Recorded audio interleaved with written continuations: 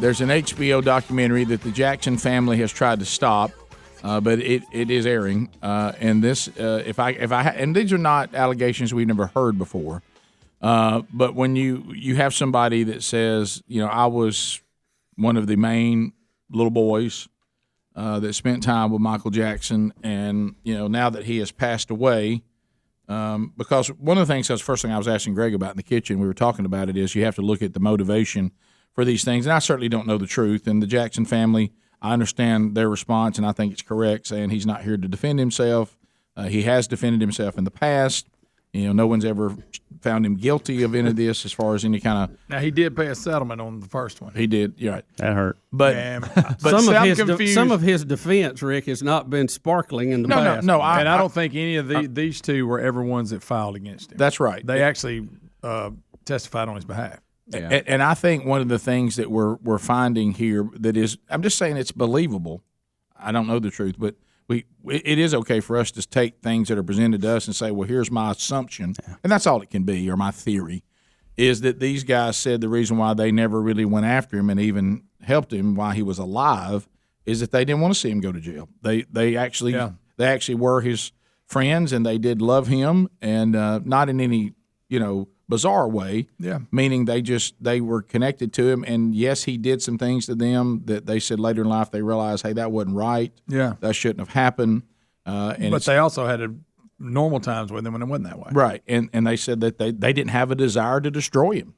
And the reason why they're doing this now is they do want to clear the air for themselves. And I think some of them are having some issues now of how it's affected them later in life, which we know that is factually true when children have been through trauma a lot of times, and or they didn't understand what was going on at the time because they were children, and now they see it as an adult. But I guess for those that are saying, like I guess I would too, what are these two guys trying to accomplish?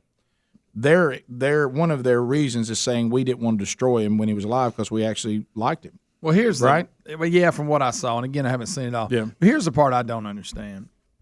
You can do the allegations also, but the detail they went into, I think, was a little unnecessary just as watching it. Oh, really? Because they go into detail. So they tried to do a shock factor for you. Oh, yeah.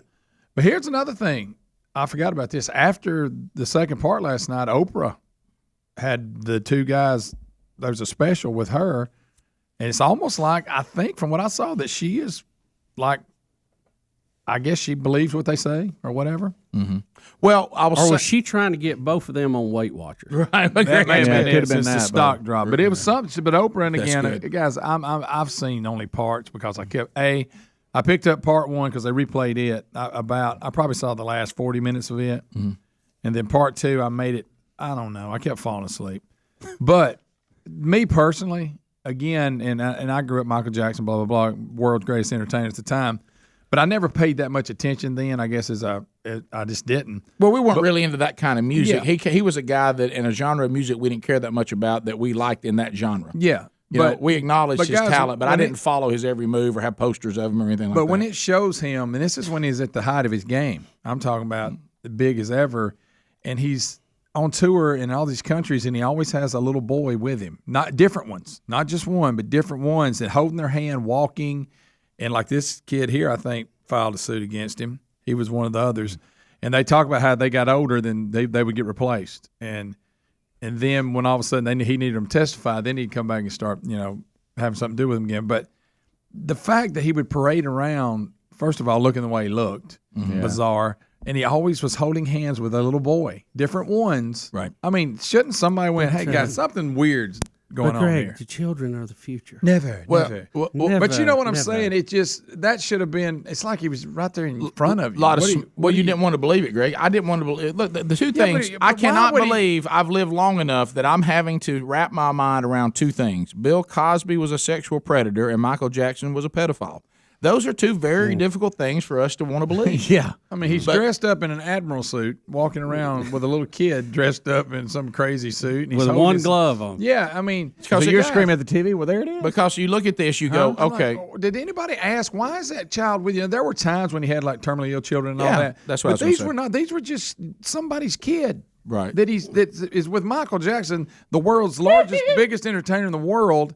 and my son's on tour with him, and they're holding hands walking through the streets. And so while people are screaming. And he was such an icon that some of these parents just thought, well, how cool, Michael Jackson. Oh, yeah, they interviewed the parents, these two, absolutely. And they were just caught up in the celebrity. The one mom got carried away, and they moved him from Australia. She left her husband over there, and it was just crazy. Really? Yeah. But so his celebrity, this is the problem with celebrity, is people don't want, they give you a pass on things they would never give anybody else a pass on. Yeah. Because, we hold them in too high regard. You realize we hold people in high regard because they can sing and dance and act and play sports. Exactly. All right. So and now suddenly we think that anything they want to do, they should be allowed to do, and we should never question it. If there was any by the way, you ever thought about that? That's an odd thing to say. Yes, it is. That's a strange mindset. So, but let's say a normal person, every time you saw him, he had a different young boy with him, holding their hand, walking around that wasn't his kid. You'd be going, what is that? If there was a guy you knew that was in construction business, and every time you went on the job site, he was holding hands with some little boy, you'd be like, hey, man. Is that your son? No, it's a friend of mine. Yeah. Oh, well, there's a different one now. Is this a kid that undoubtedly, sadly has a bad diagnosis and always wanted to be on a construction site? No, he's just a kid I like. Okay, is that your kid? No. Are you his big brother, like you in the Big Brother program? No. No. Are you his mentor? No. Are you? Does he not have a dad? No. No. I just like having him around. Okay. Yeah, it's just okay. That ain't right. But if Michael had set up Neverland and all we ever saw were 2 to 3 times a year terminally ill children would go there, or kids from dire poverty, and he was trying to give them a nice experience. He stayed out of it. He'd get up and say a speech, thank y'all for being here. He had a staff that worked it. You could see that and go, that's a guy using his celebrity to help kids that are having a tough time. But then but that wasn't. You would see that from time to time. But what you saw, these little trophies that he walked around. You saw more of are just little boys that would be. He always wanted them around. And now he also is grown men shouldn't have sleepovers. They touched on the Macaulay Culkin thing. Like one guy. I don't know said, if you should use that term. The wrong term. The one guy said, because this one guy ended up growing up and being a choreographer for NSYNC and Britney Spears, very successful, and he could dance really good when he's a kid. And he was supposed to be in the black and white video, but when he gets there, Macaulay Culkin's taking his place, so he's out.